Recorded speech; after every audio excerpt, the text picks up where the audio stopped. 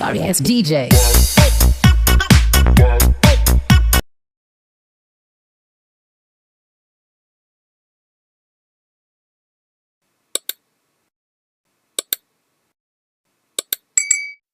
Hi friends, ఈరోజు recipe ఏంటో తెలుసా?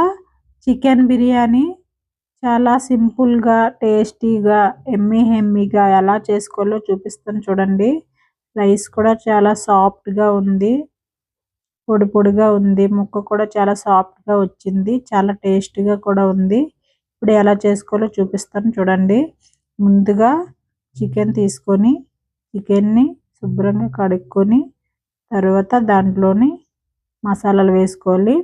Chilli powder, salt, garam masala, జీలకర్ర పొడి, ధనియా పౌడర్, బిర్యానీ మసాలా, చికెన్ మసాలా, అల్లం వెల్లుల్లి పేస్ట్, నిమ్మకాయ రసం, పెరుగు ఇవన్నీ వేసి మొత్తం బాగా కలపాలి.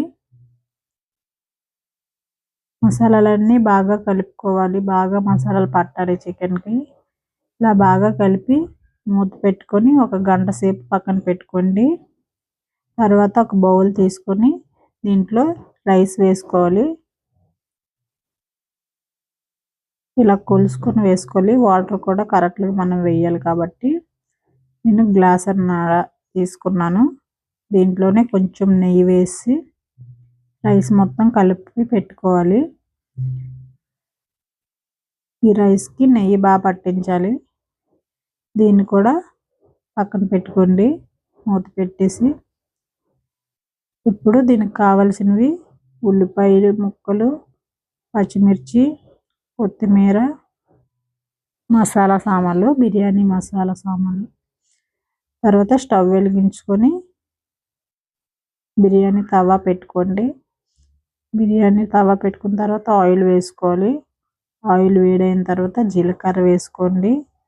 దీంట్లోనే బిర్యానీ స్పైసెస్ వేసుకోవాలి.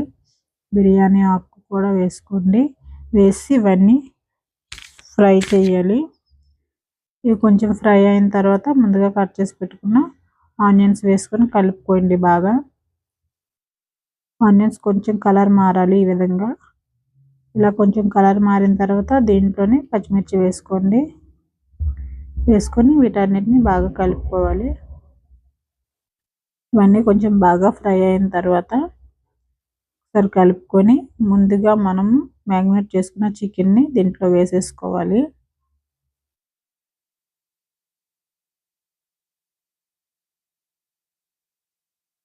వేసుకొని వీటన్నిటిని బాగా కలుపుకోవాలి.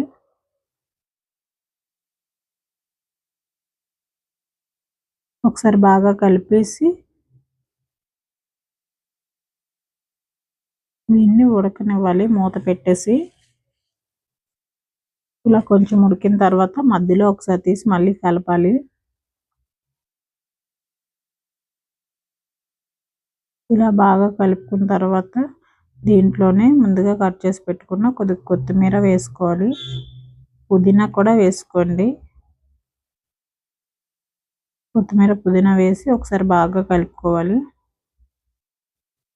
బాగా కలిపిన తర్వాత మూత పెట్టుకొని మరి కాసేపు చికెన్ని ఉడకనివ్వాలి.